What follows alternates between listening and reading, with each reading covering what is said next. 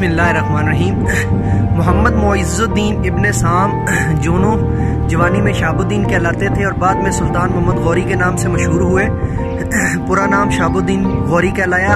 गौर अफगानिस्तान से हिंदुस्तान आए। उन्होंने 150 हिंदुस्तानी राजाओं की इज्तिमाई फौज को, जिसमें खंडे राव, गोंदराय और दूसरे कई राजपूत हुक्मरान शामिल थे, और जिसका सरबराह दिल्ली और अजमेर का राजा राय पथोर अलमारूफ पृथ्वीराज चौहान था, बड़ी दलेरी से ललकारा।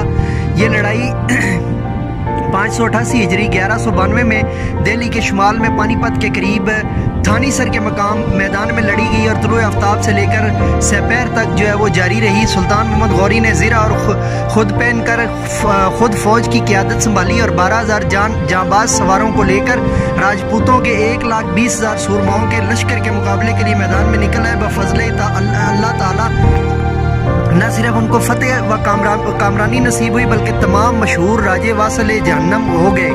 इस अजीम शान फतह ने मुसलमानों को हिंदुस्तान का मालिक बना दिया। सुल्तान गौरी के 2 सिपा सलारों कुतुबुद्दीन ऐबक और बख्तियार खिलजी ने फतेह का दायरा वसी करते हुए कनूज, बहार और बंगाल पर भी कब्जा कर लिया। सुल्तान गौरी को बमा 3 मुहाफिज 3 शाबान 606 हिजरी ब मुताबिक 15 मार्च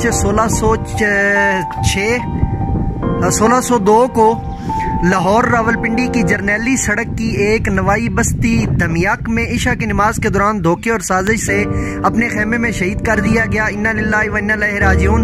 ये इसी शहीद सुल्तान मोहम्मद गौरी फातेह हिंदुस्तान व बानी मुस्लिम सल्तनत दिल्ली की जाए शहादत है।